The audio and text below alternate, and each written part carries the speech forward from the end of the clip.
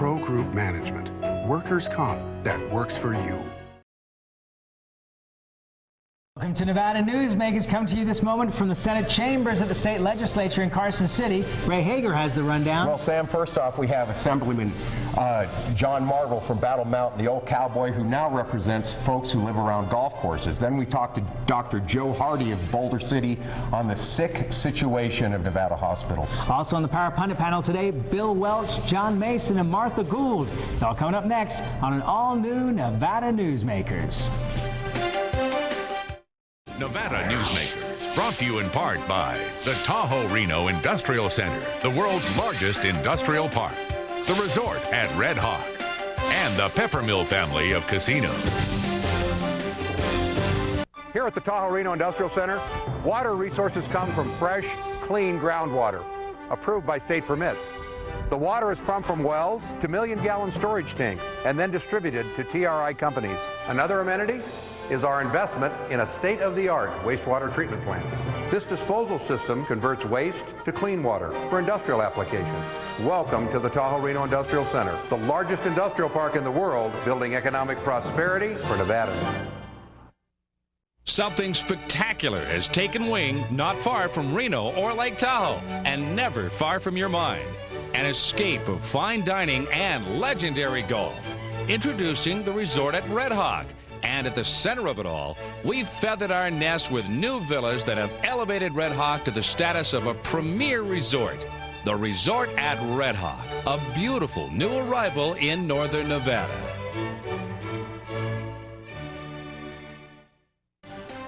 Coverage of Nevada Newsmakers from the state legislature in Carson City is brought to you by the Nevada Beer Wholesalers Association. As an employer, did you know you can be held liable for negligent hiring? A background screening by Employer Links can uncover criminal records, like alcohol and drug convictions. It can verify the applicant's education, driving records, and professional licenses. Employer Links can check civil records, registered sex offender records, and Social Security fraud. Hiring the right person shouldn't be a gamble. Call Employer Links. Employer Links, protecting your investment. So, who do you use for workers' comp? Pro Group Management. Ah, I've heard some good things about them. Oh, you bet. Employee background checks, safety training, claim seminars. Oh, and here's the great part. If you have an issue, they work for you, not against you. Sounds perfect. And expensive. Well, that's the best part. They saved me 30%. I've heard they've saved others 50%. Works for me. Pro Group Management. Finally, workers' comp that works for you. This is a special edition of Nevada Newsmakers with host Sam Shad, a no-holds-barred political forum. Now, from the Nevada Newsmakers broadcast headquarters, here is Sam Shad.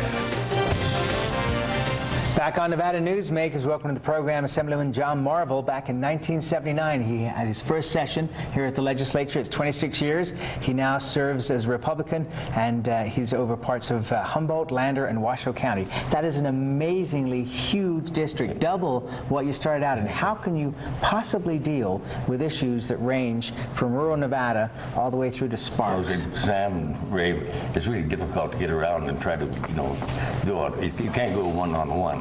But you have to depend a lot on the media and a lot on signage, radio, television, and letters, mailers. So it's a difficult situation. The thing about it is the district. I've got some great people in the district, but there's no commonality.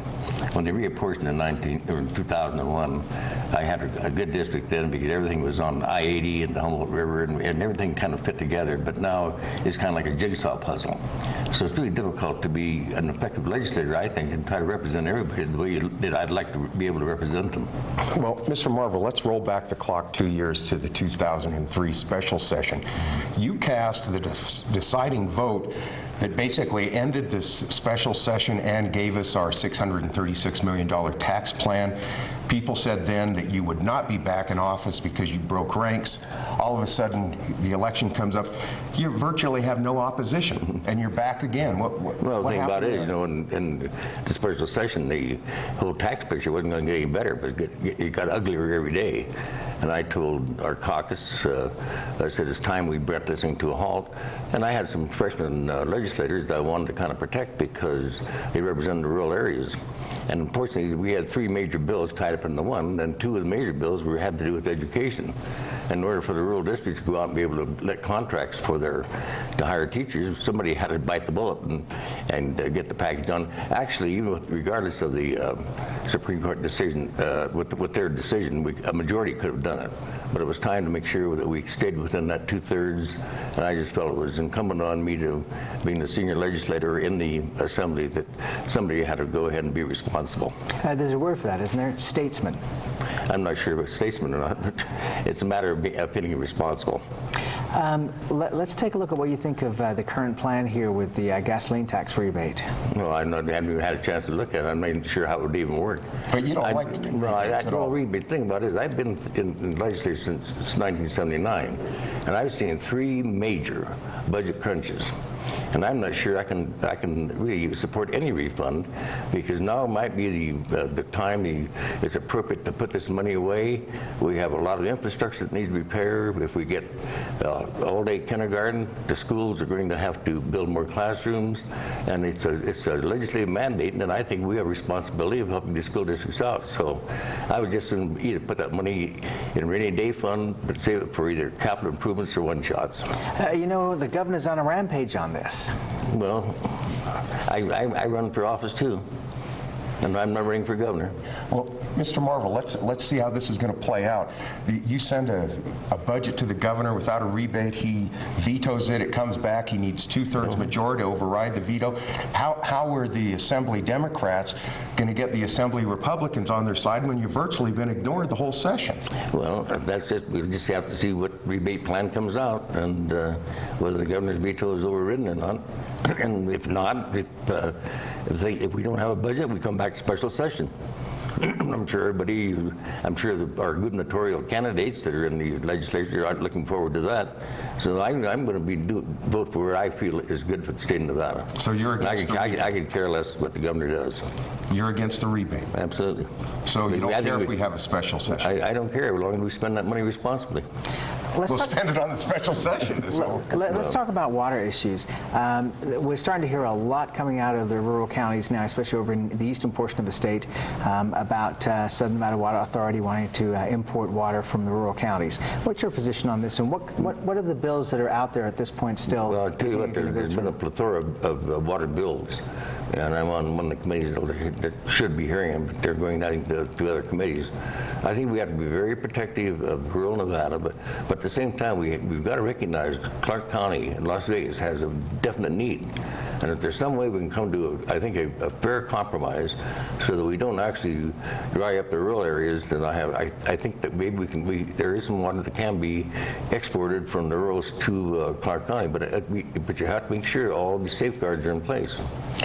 Should rural counties charge Clark County more than they're charging now? Oh, I think like anything else, it has to be market value. And of course, the market value changes. You don't know. You can, one day, an acre foot of water is worth $10,000. Maybe the next day it's worth $30,000. So I think you just have to do market value. That means that you could be anything. Really, but I think you just have to have a good appraisal of what that water is worth and what a willing buyer is willing to pay a willing seller. Okay, you said safeguards. What kind of safeguards? Oh, I think you have to make sure that that we have an inventory, so that rural areas or where the water is being exported from will still maintain a reserve, so they can go ahead and grow. Mr. Marvel, do your constituents resent Las Vegas for taking their water? Well, I don't have. Most of my constituents are in Sparks, so I don't think that they're so far removed from the area. I don't think they're even aware of it. What about the folks in White Pine?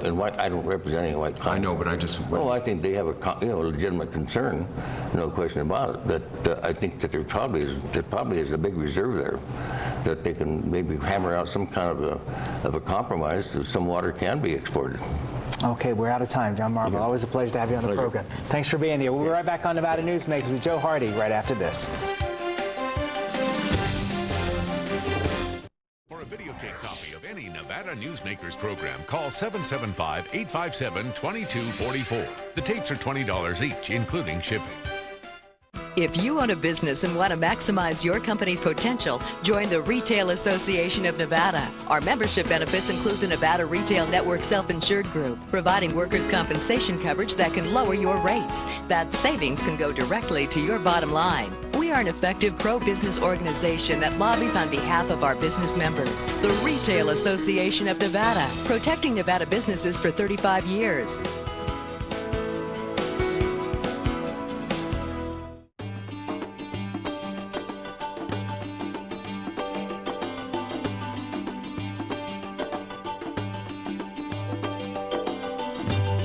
Many of the materials we rely on every day come from the ground, and modern mining technology brings them to us cleaner and safer than ever before.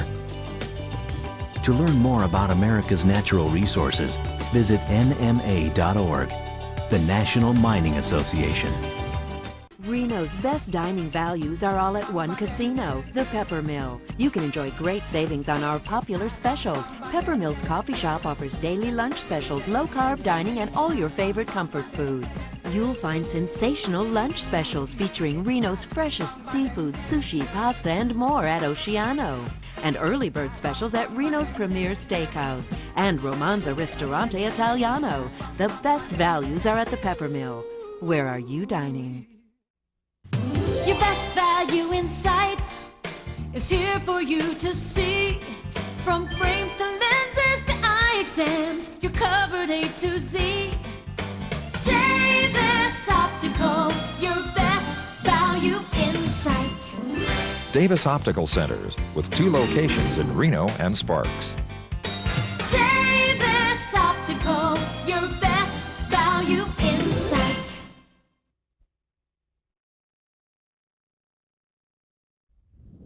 And now, back to Nevada Newsmakers with Sam Shad.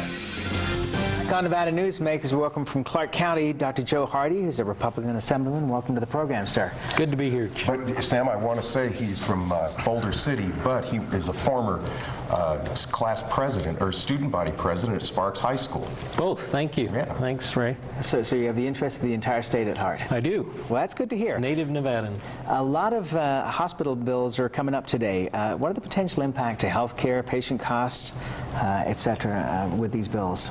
The hospital bills that are coming up, I look at probably as a lot of unintended consequences. I think there's some well-motivated, sincere people who are interested in providing care and access to care to the folks in Nevada, particularly in southern Nevada. We're feeling that. And if you look at, if I could use the analogy of the Clark County School District, they have huge infrastructure needs.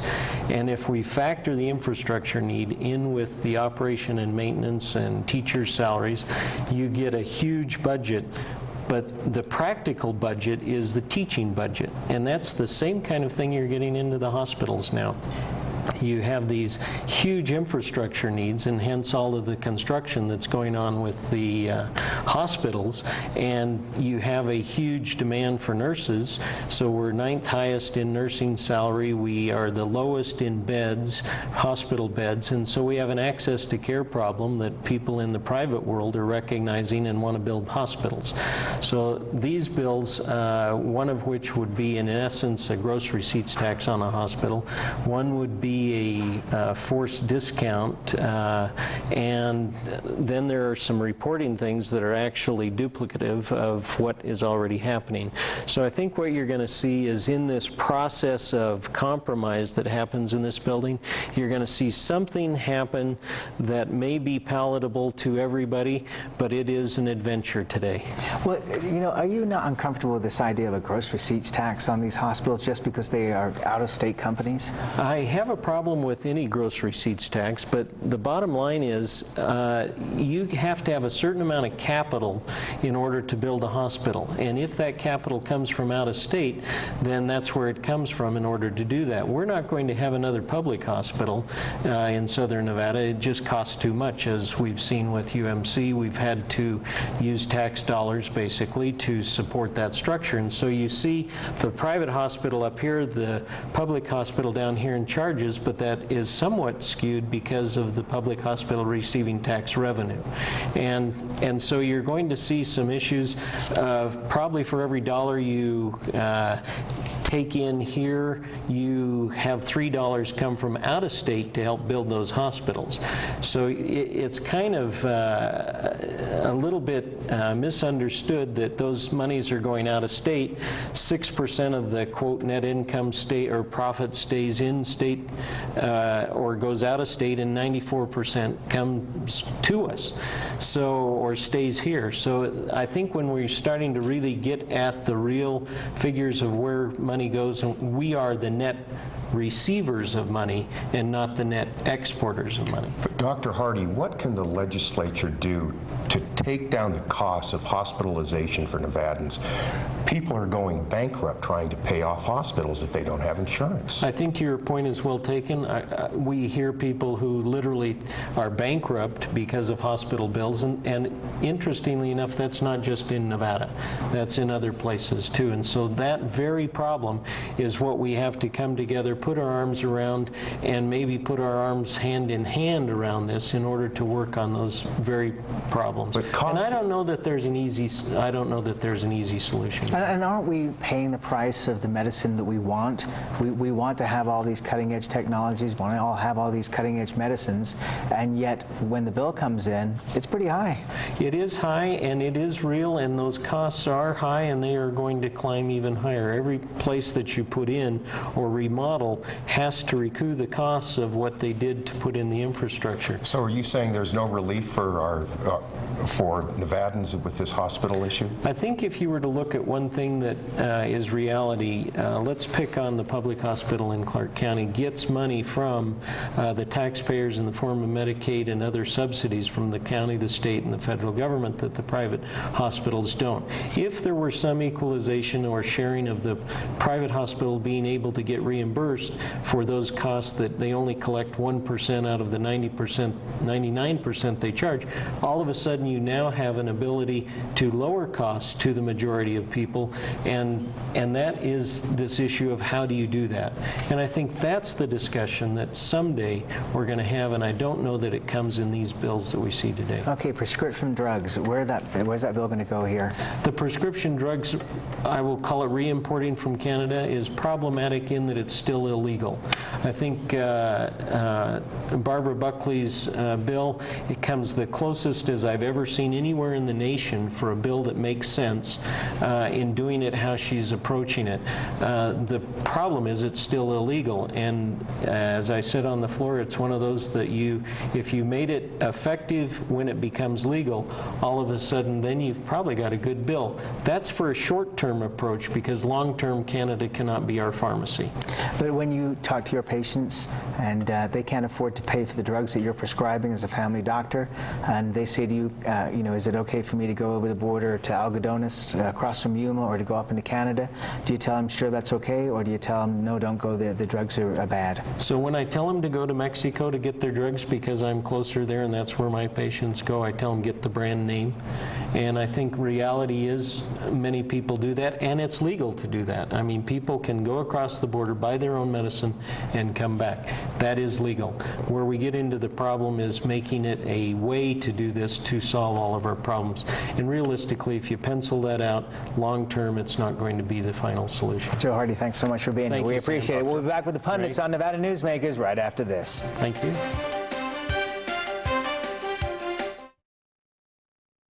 This is Nevada Newsmakers. Something spectacular has taken wing not far from Reno or Lake Tahoe, and never far from your mind. An escape of fine dining and legendary golf. Introducing the resort at Red Hawk.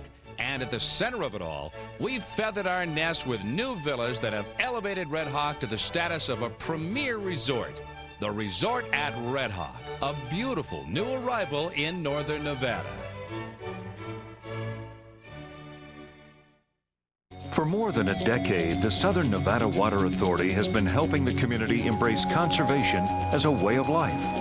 That includes replacing more than 50 million square feet of grass with water-smart landscaping, During the worst drought on record, watering restrictions and tough landscaping codes have reduced the community's water use by billions of gallons, even as thousands of new residents were moving into Nevada. That's smart water management, and that's our promise to Nevada. I tell you, John, this industry has really changed. Tell me about it. You seem to do pretty well last year. What's your secret? No secrets. Although I'll tell you something. The smartest thing I did was sign up with Pro Group Management. Really? Yeah, they do workers' comp, right? Yeah, their services are great. And get this, they saved me 30%. I've heard they saved others 50%. That works for me. Pro Group Management. Finally, workers' comp that works for you. And now, back to Nevada Newsmakers with Sam Shad. Back on Nevada Newsmakers, our Power Pundit panel today, John Mason, attorney and former Supreme Court Justice candidate. Welcome to the program. Bill Welch, who's an administrator for the Nevada Hospital Association. Pleasure to have you here. Your first time on the program. And Martha Gould, Washoe County Democrat. Welcome to all of you. Let's start out with you, Bill. How do you feel about being in the barrel this time around? You've taken the bank's place, it seems, at this legislative session. It certainly does create some job security when you are the #1 industry that seems to be being assaulted through the legislative process. It's been very challenging. There are a number of issues that we feel that have some merit. The approach that they are pursuing, from our perspective, we feel is the wrong approach. Well, let's say, what do you think has merit and what's the wrong approach? I think the more that we can do to help educate the public as to the appropriate utilization of the healthcare industry, how to manage your healthcare, what cost healthcare is, I think that they're better served. The things that I think that work to a disadvantage is the legislation doesn't pursue resolutions to some of the issues of high healthcare costs. In fact, it further perpetuates increasing healthcare costs. We as a society in Nevada have become heavily dependent upon the private sector to meet the community needs, particularly in the hospital industry. 85% of beds in this state are private beds, not public beds.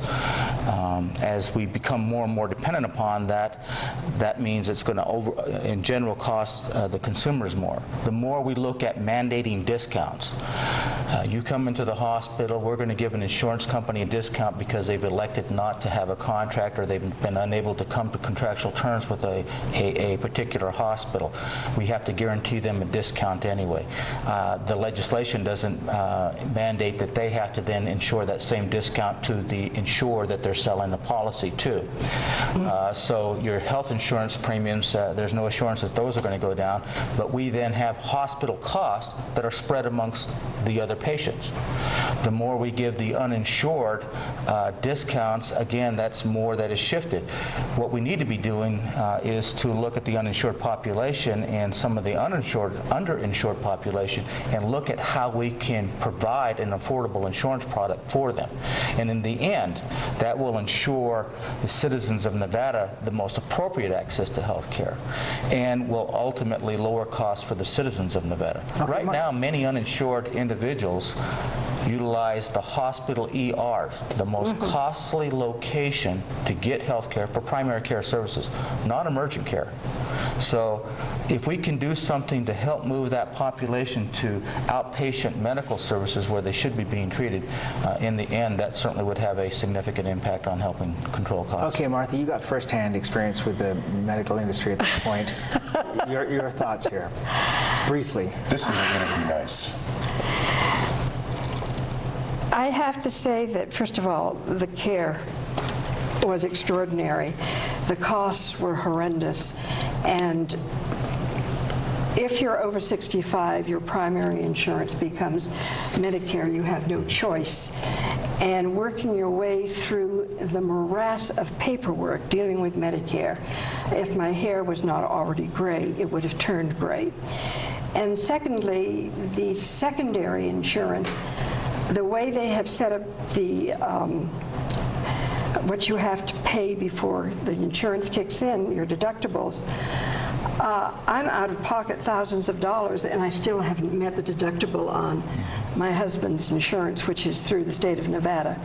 And I have to say, somewhere, somehow, the whole system is just out of whack. Period, the end. We have the uninsured who do have access to health. We have people whose incomes are over $100,000 a year who have the ability for private pay. You have the middle class between whatever the level is now for poverty up to 100 or 120,000. We're the ones who get hit. The deductibles never seem to be met, so you're constantly out of pocket. And I don't know the answer, but I do feel that somewhere along the line, the way the discounts are handled makes no sense. John, let me bring you in on this here.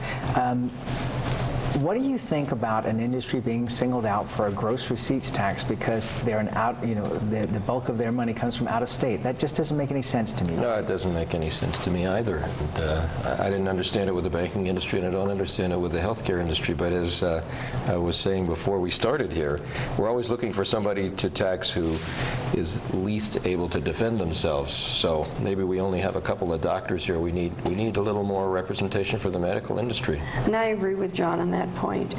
I don't think it's right to focus on an industry, banking and now hospitals, but I do feel how we handle insurance issues and how the federal government plays into this.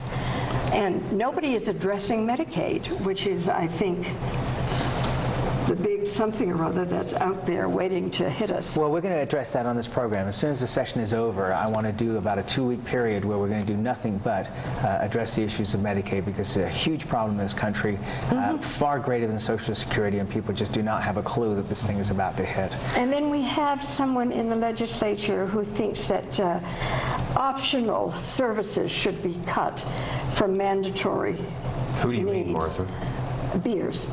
Bob Beers. Bob Beers. I think it's egregious, and I think it's mean-spirited. And unfortunately, we're out of time. We'll be right back on Nevada Newsmakers after this.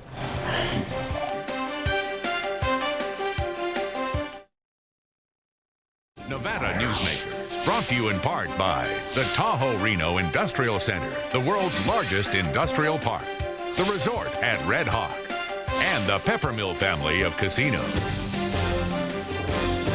High-tech companies demand perfect world amenities. They require clean, reliable power, state-of-the-art fiber optic communications, and clean water sources. In a perfect world, companies would have immediate access to rail and interstate freeways. There would be 4-lane expressways that shorten shipping times and provide convenient commute routes for valued employees. Well, the future is now, and it's here. Welcome to the Tahoe Reno Industrial Center, the largest industrial park in the world, building economic prosperity for Nevadans. If you own a business and want to maximize your company's potential, join the Retail Association of Nevada. Our membership benefits include the Nevada Retail Network Self-Insured Group, providing workers' compensation coverage that can lower your rates. That savings can go directly to your bottom line. We are an effective pro-business organization that lobbies on behalf of our business members. The Retail Association of Nevada, protecting Nevada businesses for 35 years. And we'll continue to broadcast from the state capitol all the way through the end of the session. And if it goes into special session, we'll be here then too. Coming up tomorrow? Well, Sam, first we have Senator John Lee of Las Vegas and also Assemblywoman Valerie Weber from Las Vegas. Thanks for watching Nevada Newsmakers.